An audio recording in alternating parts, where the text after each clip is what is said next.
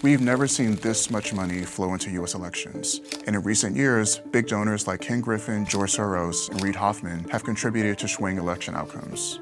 So how much is being raised? Where does that money go? And can that make or break an election? I'm John Dorman, and I'm a senior politics reporter at Business Insider.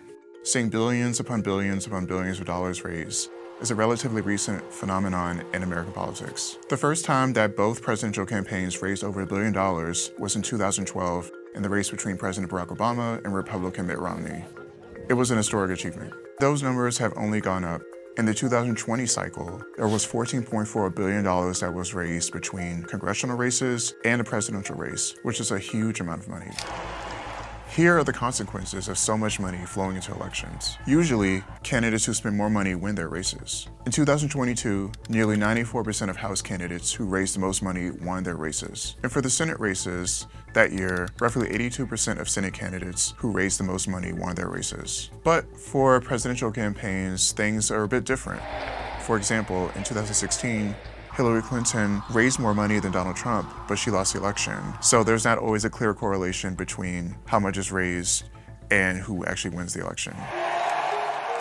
The campaign money goes towards everything, including hosting rallies, to opening offices and hiring staff in swing states, and to consulting fees. But the biggest thing would be advertising, whether it's direct mail, whether it's television, radio advertisements. Are we ready to get to work? And also social media ads. Candidates are trying to figure out a way to reach voters, and they'll use whatever methods that they can in order to do that. Fundraising is a critical part of any presidential campaign. The most prominent example of this is after Biden's disastrous debate in June, which left many Democrats fretting and nervous. He raised a deficit larger than any president has in any one term. You had the actor George Clooney, who asked Biden to step aside. You had major Democratic donor, such as Abigail Disney, who said that she wouldn't donate money to the campaign any longer if Biden was the nominee. For them not to contribute money meant that the campaign was going to struggle. Once people saw that basically the faucet was turning off, that really influenced the campaign, and it likely contributed to Biden exiting the race.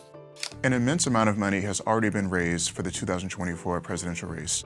And right now, Democrats have the momentum in terms of how much has been raised. Vice President Kamala Harris raised $310 million in July alone. Part of that money was inherited from the Biden campaign. It rolled over to her campaign. We thank Joe Biden each and every day. So now she has $377 million cash on hand. Former President Donald Trump has $327 million cash on hand. So the Democrats are about $50 million ahead. They have momentum at the moment. On the day that Minnesota Governor Tim Walz was announced as Kamala Harris's running mate. Listen, I want you to do this with me. Let's do this together. Would you be my running mate? Act Blue took in about $20 million on that day alone. A really big sum, and it shows that Democrats are really motivated, whereas they didn't have that about a month ago. There are three ways that money can be donated, whether it's individual contributions or through PACs or through super PACs. Individual contributions are subject to strict limits under federal law. Individuals can only contribute up to $6,600 for an election cycle. And then you have PACs, political action committees. They contribute money to campaigns, and they can be formed for businesses or organizations.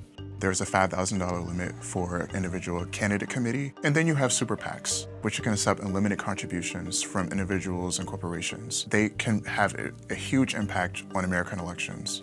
Wealthy donors are increasingly playing a huge role in shaping American politics. In the 2022 midterm election cycle, billionaires contributed about $880 million.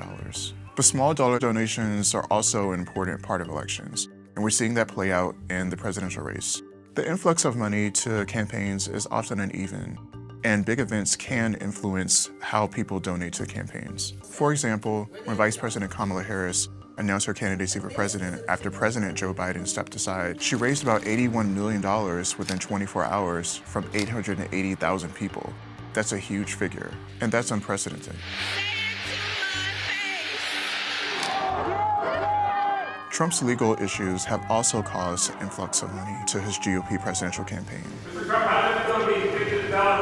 In May 2024, Trump and his ally Super PAC raised $140 million, and much of that money came after he was convicted of 34 felony counts. This was a disgrace. There's money coming into these campaigns from all across the country, but a few players could have a huge impact on the upcoming election. For example, George Soros gave $60 million through a nonprofit that he founded to the Democracy PAC in April 2024. That money is going to go to aid House and Senate Democratic candidates. And this isn't the first time that George Soros has done this. He's been a prolific donor for a long time. In the 2022 midterm cycle alone, Soros gave $170 million. Another major 2024 figure is Tesla CEO Elon Musk. Musk has been very supportive of former President Donald Trump. And the Wall Street Journal recently reported that Musk would be donating $45 million a month to help Republican campaign efforts through the end of the election. But when contacted, Musk denied it and said that he wouldn't be doing that. Another example is Reid Hastings. The Netflix co-founder contributed $7 million to a super PAC affiliated with Kamala Harris in late July. And then there are people that we've never heard of. For example, there's Timothy Mellon. He contributed $50 million to a pro-Trump super PAC the day after Trump was convicted in a Manhattan court. It's one of the largest single contributions ever. And then you have Linda McMahon. She served in Trump's cabinet, and she's already donated $10 million to a pro-Trump super PAC in this cycle.